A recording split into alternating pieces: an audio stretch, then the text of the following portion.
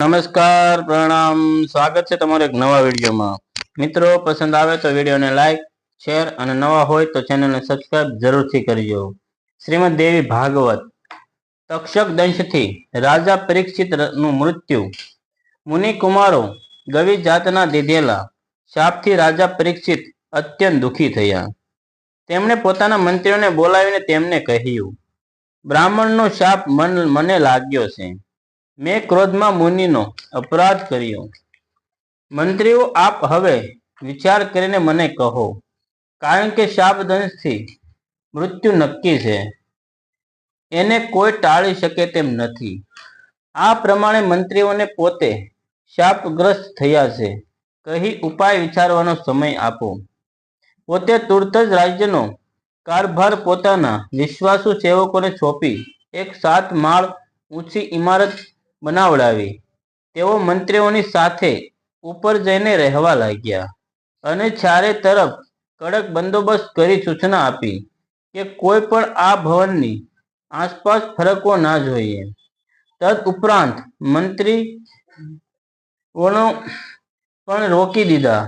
આમ બધી રીતે રક્ષાનો પ્રબંધ કરી રાજા પરીક્ષિતે પેલા ગોરમુખ નામના મુનિને પોતાના શાપ દેનારા મુનિ ક્ષમા કરે, કારણ કે રાજા પરીક્ષિત અમારા પરમ સેવક છે, એટલે આમ કૃપા કરી તેને અપરાધ બદલ ક્ષમા કરે।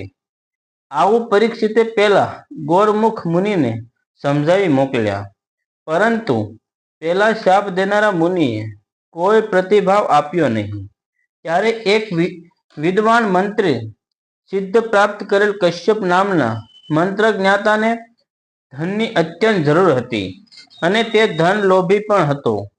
એટલે તેને ખબર પડી કે પરીક્ષિત શાપગ્રસ્ત થયેલા છે। કોઈ બ્રાહ્મણનો પરીક્ષિતે અપરાધ કર્યો, તેથી મુનિઓ શાપ દઈ દીધો। આ જાણી કશ્યપ તુરત જ પરીક્ષિત રાજા પાસે પહોંચવા ચાલી નીકળ્યો। એ જ સમયે તક્ષક નાગ પણ મનુષ્ય રૂપે ધારણ કરી ચાલી નીકળ્યો।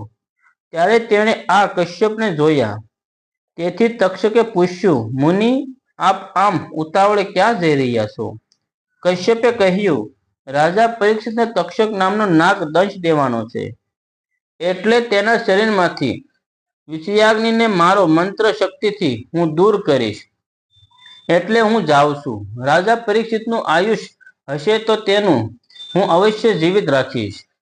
મંત્ર જ્ઞાતા કશ્યપની વાત સાંભળી તક્ષકે કહ્યું, એ તક્ષક હું જ છું, અને પરીક્ષિત રાજાને હું દંશ દઈને મારા વિષના અગ્નિથી બાળીને ભસ્મ કરી નાખીશ।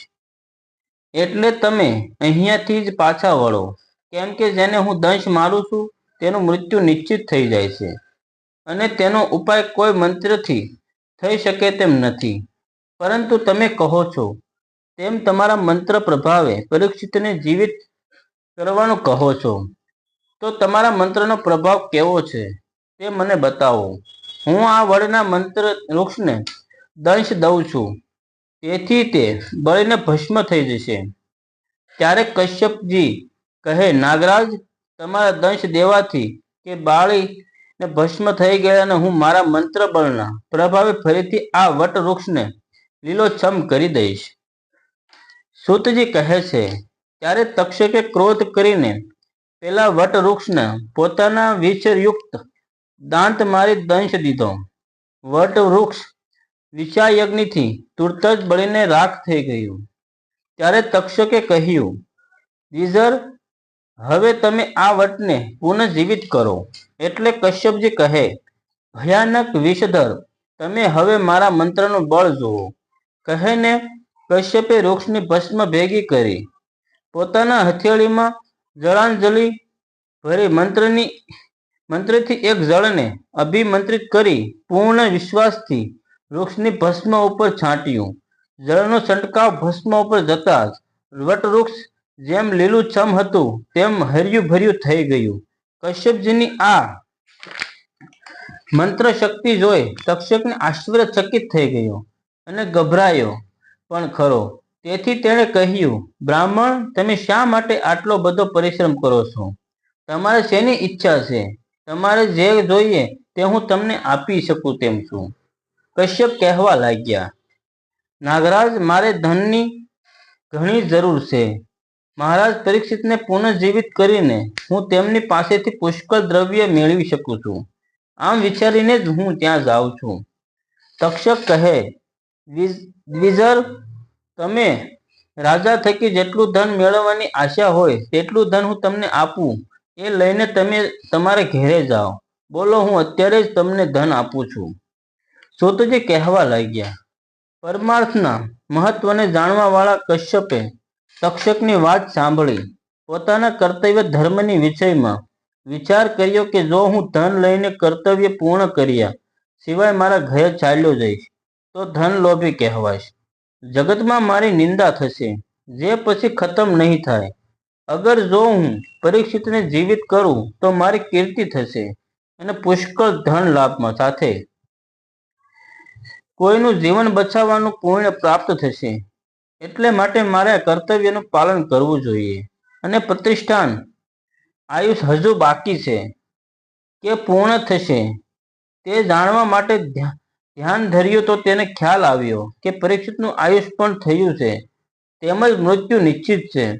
જાણી ધર્માત્મા કશ્યપજી તક્ષક પાસેથી પોતાની ઈચ્છિત ધન મેળવી પાછા પોતાના ઘરે ચાલ્યા ગયા. આથી તક્ષક ઘણો ખુશ થયો અને પોતાની સાથી સર્પોની મનુષ્ય રૂપે ફળફળાદી લઈને પરીક્ષિતના ભવન તરફ બધું સમજાવીને મોકલ્યા. પોતે એક કીડાનું રૂપ લઈ એક ફળમાં જઈ બેસી ગયો. તક્ષકના માણસોને રક્ષકોએ અટકાવ્યા પૂછ્યું પેલા તક્ષકના સર્વ તપસ્વીઓના રૂપે કહેવા લાગ્યા, અમે સૌ મહારાજના દર્શન આવ્યા છીએ. તમે રાજાના દર્શન આવ્યા છો તે સાચું, પરંતુ તમારા રાજાની મુલાકાત આજે આપણે થઈ શકે તેમ નથી. માટે કરીને આપ સૌ આવતીકાલે પધારશો. ત્યારે પેલા તપસ્વીએ રક્ષકોને કહ્યું, ઠીક, આપ કહો છો તે બરાબર છે, પરંતુ તમે આ ફળ ફૂલ અમે રાજાને ભેટ ધરાવવા આવ્યા છીએ તે અમને પહોંચાડી દો. આ બ્રાહ્મણોના આશીર્વાદ રૂપે રક્ષકોએ અત્યંત વિનમ્રથી બ્રાહ્મણો પાસેથી ફળ ફૂલ લઈ લીધા અને રાજા પરીક્ષિતને પહોંચાડ્યા. રાજાને ખબર નહોતી. તેણે તક્ષક કીડા રૂપે જે ફળમાં બેઠો હતો તે ફળ લઈને પકડ્યું તો તેમાંથી તુરત જ કીડો રૂપે બેઠેલો તક્ષક બહાર આવ્યો અને ભયાનક તક્ષક નાગના રૂપે થઈ ગયો. આ જોઈ સૌ ગભરાઈ ગયા અને ત્યાંથી દૂર ખસી ગયા. ભયના માર્યા ધ્રુજવા લાગ્યા. તક્ષકે પાંચ પછી જરા પર વાર નહીં કરી રાજા પરીક્ષિતને દંશ દીધો. રાજાનું જીવન સર્વદંશથી સમાપ્ત થઈ ગયું. તક્ષક પછી પોતાનું કાર્ય પતાવી અંતરિક્ષમાં ચાલ્યો ગયો. જય શ્રી કૃષ્ણ.